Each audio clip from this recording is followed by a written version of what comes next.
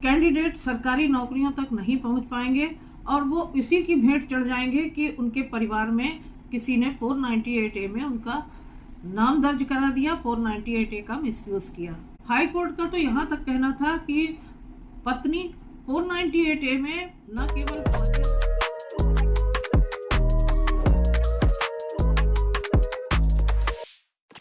राधे राधे, स्वागत है आपका मेरे चैनल पर।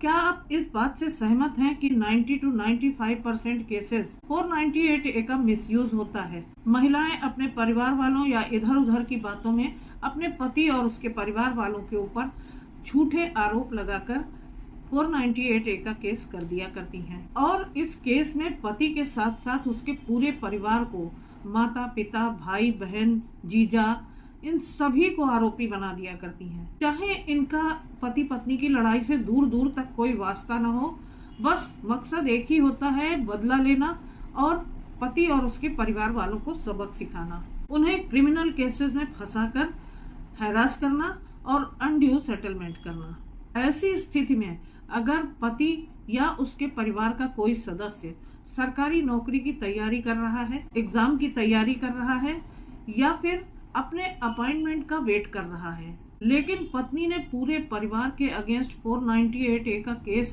रजिस्टर करवा रखा है, तो क्या ऐसी सिचुएशन में उस कैंडिडेट का सिलेक्शन कैंसिल किया जा सकता है या फिर उसके अपॉइंटमेंट को रोका जा सकता है केवल इस बिना पर कि उसके खिलाफ 498A का केस रजिस्टर हो गया है? ऐसा ही एक केस मैं इलाहाबाद हाई कोर्ट का यहाँ पर लेकर आई हूँ, जिसमें पत्नी ने पति और उसके पूरे परिवार के खिलाफ 498A का केस रजिस्टर करवा दिया था, जिसके कारण उनके परिवार का एक सदस्य जिसका कि सिलेक्शन भी हो चुका था सरकारी नौकरी में, उसको कैंसिल कर दिया। जब मामला इलाहाबाद हाई कोर्ट तक पहुंचा तब 498A के ऊपर इलाहाबाद हाई कोर्ट ने एक बहुत ही कड़वी मगर सच्ची बात कही।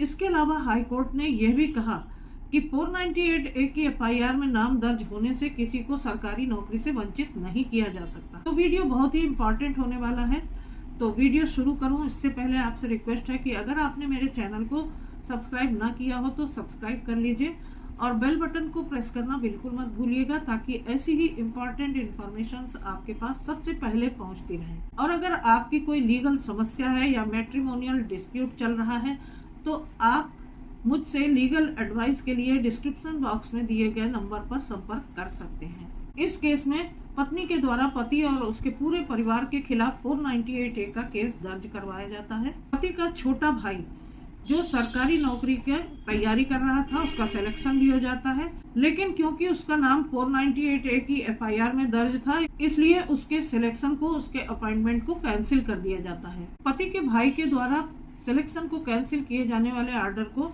हाई कोर्ट में चैलेंज किया जाता है। हाई कोर्ट के सामने पति के भाई का कहना था कि पति पत्नी के झगड़े से उसका कुछ भी लेना देना नहीं है, मेरी भाभी ने केवल पूरे परिवार को हैरास करने के लिए, परेशान करने के लिए 498A में सबका नाम दर्ज करवा दिया है।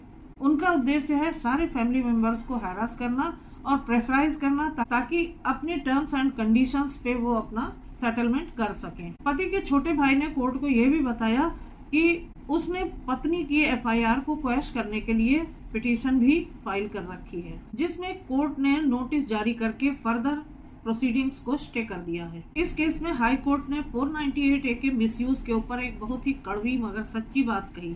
हाई कोर्ट का कहना था कि 498A की रेपुटेशन ऐसी बन गई है कि जब तक उसमें पूरे परिवार को न फंसा दिया जाए तब तक उसे पूरा नहीं माना जाता। 498A जो कि नए कानून में भारतीय न्याय संहिता सेक्शन 85 है, उसे महिलाओं के प्रोटेक्शन के लिए बनाया गया है, जिन महिलाओं के संग अत्याचार होता है दहेज के लिए और दहेज के लिए उन्हें तंग किया जाता है। लेकिन आजकल 498A का मिसयूज बहुत ज्यादा बढ़ गया है, जिसकी वजह से पति और उसके पूरे परिवार को बहुत ही हैरास होना पड़ता है और बहुत ही परेशान होना पड़ता है। उनको मानसिक और आर्थिक कठिनाइयां उठानी पड़ती हैं। मौजूदा केस में हाई कोर्ट ने एकदम क्लियर किया कि 498A का दुरुपयोग करके पूरे परिवार को आरोपी बना दिया जाता है, जिस कारण से कैंडिडेट के सिलेक्शन को कैंसिल कर दिया जाता है। और ये कैंसिलेशन बहुत ही गलत डिसीजन है, बहुत ही खतरनाक निर्णय है। अगर इसी तरीके से कैंसिलेशन किया जाता रहा सरकारी नौकरियों में तो बहुत सारा टैलेंट जो है वो इन्हीं केसेस की भेंट चढ़ जाएगा। कैंडिडेट सरकारी नौकरियों तक नहीं पहुंच पाएंगे और वो इसी की भेंट चढ़ जाएंगे कि उनके परिवार में किसी ने 498A में उनका नाम दर्ज करा दिया, 498A का मिसयूज किया। हाई कोर्ट का तो यहाँ तक कहना था कि पत्नी 498A में न केवल पति के परिवार वालों को, उसके रिश्तेदारों को, बल्कि उसके पड़ोसियों को भी पार्टी बना देती है। तो ऐसे में अगर किसी पड़ोसी का सरकारी नौकरी में सिलेक्शन हो जाता है तो उसका सिलेक्शन भी कैंसिल हो जाएगा, केवल इसलिए कि किसी पड़ोस की महिला ने उसका नाम 498A में दर्ज करा दिया। हाई कोर्ट का यहाँ पर कहना था कि सरकारी नौकरी से केवल उन्हीं लोगों को वंचित किया जा सकता है जिनका कोई क्रिमिनल बैकग्राउंड हो। लेकिन जहां पर ये अपरेंट है, ये ट्रेंड है कि 498A का दुरुपयोग किया जाता है और पति के साथ साथ बाकी परिवार वालों को भी जहां पार्टी बना दिया जाता है, केवल इस आधार पर किसी भी कैंडिडेट के सिलेक्शन को कैंसिल नहीं किया जा सकता।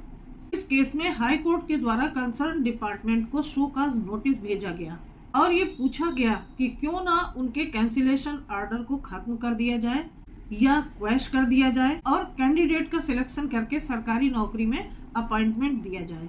इस तरीके से हाई कोर्ट ने ये बिल्कुल क्लियर कर दिया कि 498A के केस में अगर नाम आपका दर्ज है तो भी सरकारी नौकरी से आपको वंचित नहीं किया जा सकता, आपके एप्लीकेशन को, आपके अपॉइंटमेंट को रिजेक्ट नहीं किया जा सकता। अगर आपके केस के भी कुछ ऐसे ही फैक्ट्स हैं तो इस जजमेंट का यूज करके आप अपनी सरकारी नौकरी को बचा सकते हैं। तो ये केस बहुत ही इम्पोर्टेंट है। आपकी क्या राय है इसके बारे में मुझे कमेंट करके जरूर बताइएगा।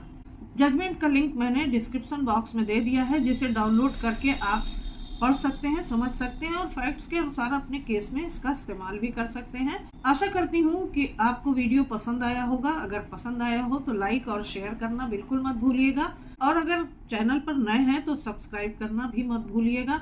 तो फिर मिलती हूँ अगले वीडियो में एक नई जानकारी के साथ, एक नए टॉपिक के साथ। तब तक के लिए अपना ख्याल रखिएगा। राधे राधे।